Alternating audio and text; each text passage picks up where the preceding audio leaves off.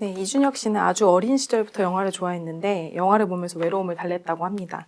유치원생 때 이모가 보던 알프레드 히치콕의 사이코를 우연히 보고 충격을 받고 그 이후로도 쭉 영화를 좋아했다고 하는데요. 어떤 내면 아이가 아주 어린 시절부터 영화에 끌리게 한 걸까요?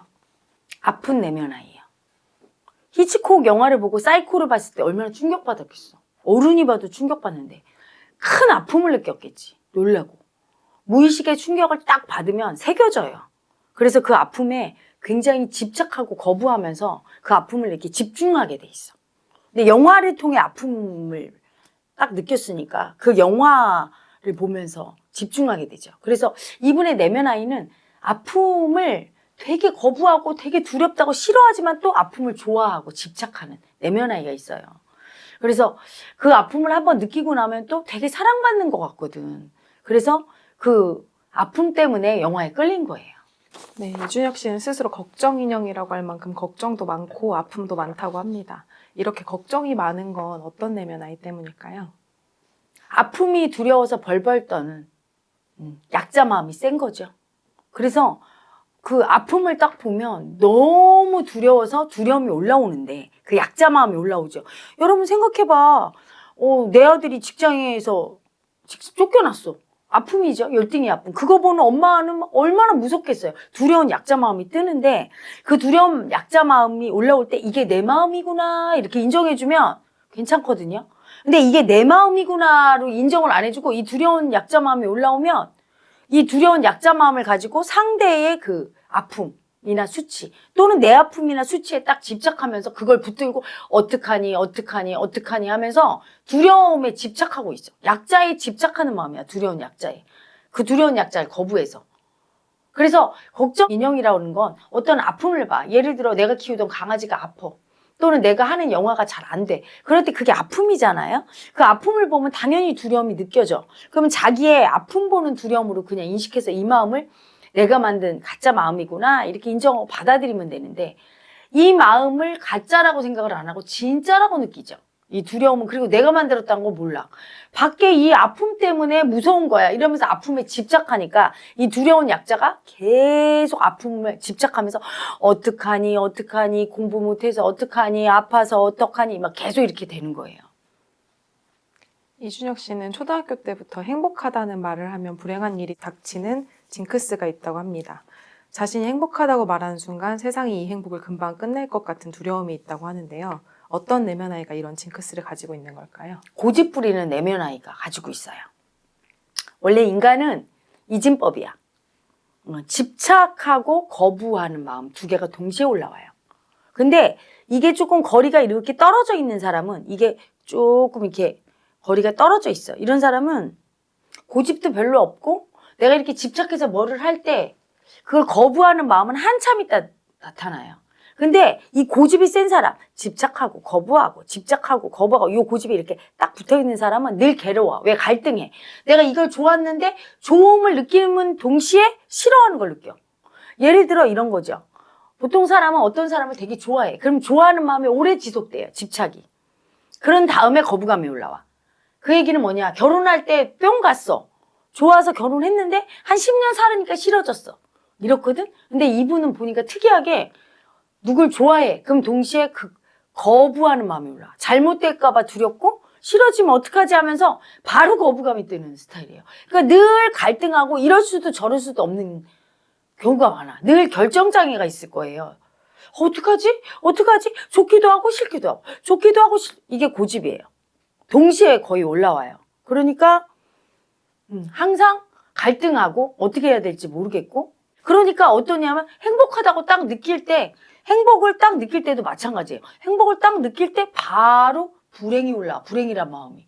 보통은 행복을 느낄 때 그냥 이렇게 행복하면 되는데 내면에 집착하고 거부하는 가해자가 이렇게 딱 붙어있는 고집이 센 사람은 바로 올라와요. 저도 그런 편이거든.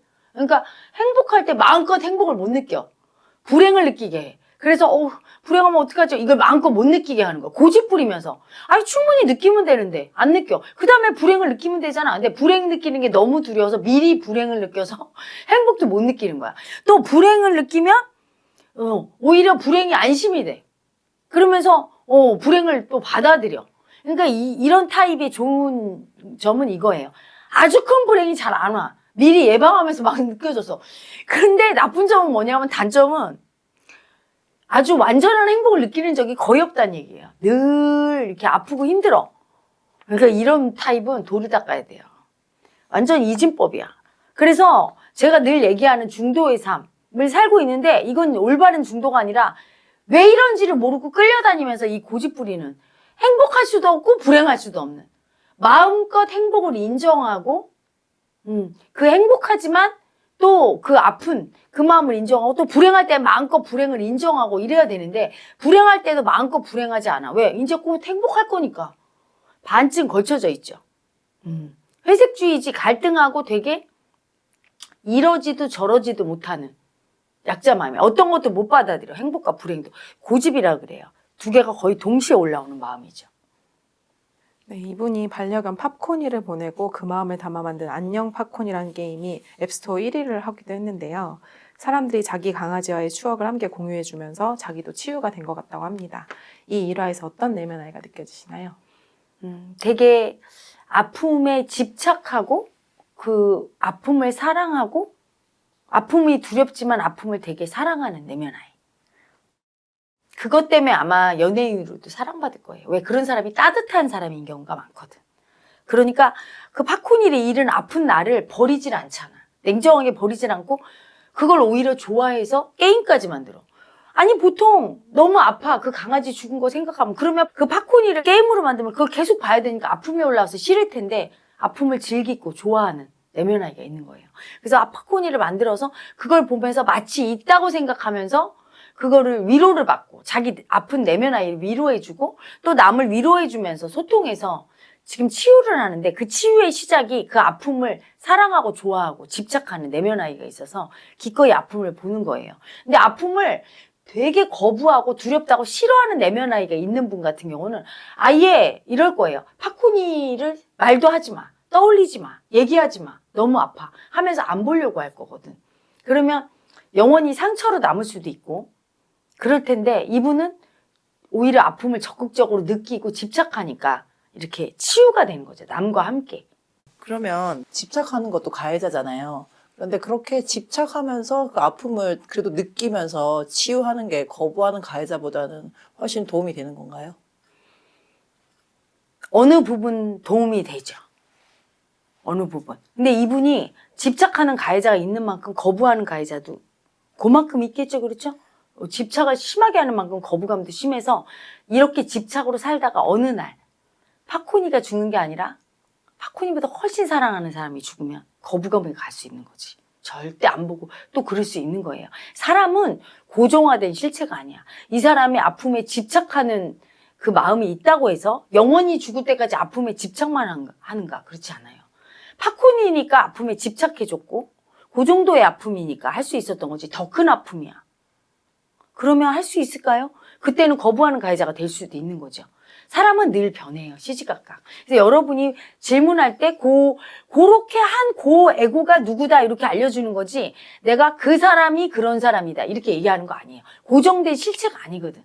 그래서 이 내면 아이도 그 내면의 아이가 하나냐? 그렇지 않거든요. 무수히 많은 내면 아이가 올라오고 있고 그 내면 아이를 내가 아픔을 느끼고 그 내면 아이의 아픔 보는 두려움을 인정해서 치유를 안 해주면 그 마음은 아픔은 점점 더 커지고 더 큰 부작용을 일으키니까 그걸 이해해 주라고 얘기하는 거고 내면 아이를 얘기할 때 그 아이의 그 내면에 있는 아이의 아픔이 올라온 걸 알려주면서 똑같은 내면 아이의 아픔이 있는 구독자들이 보고 그걸 느끼라고 얘기해 주는 거거든요.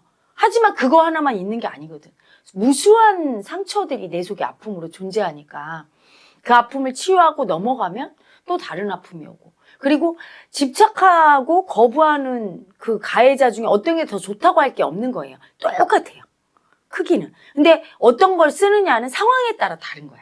그래서 이분도 다른 상황에서 다른 아픔이 왔을 때는 그때도 또 집착하는 가해자를 쓸 거라고는 장담 못 하는 거예요. 그때는 또 거부하는 가해자나 두렵다고 고집부리는 가해자를 쓸 수가 있는 거지. 그래서 그 상황에서 쓴 그 마음만 자기가 보고 내 인생에 참고를 해야지 이걸 보면서 그 내면 아이를 통해서 이 사람을 판단하면 안 되는 거예요. 아, 나쁜 사람이네. 아, 좋은 사람이야. 이렇게 성급하게 판단하면 안 되는 거죠.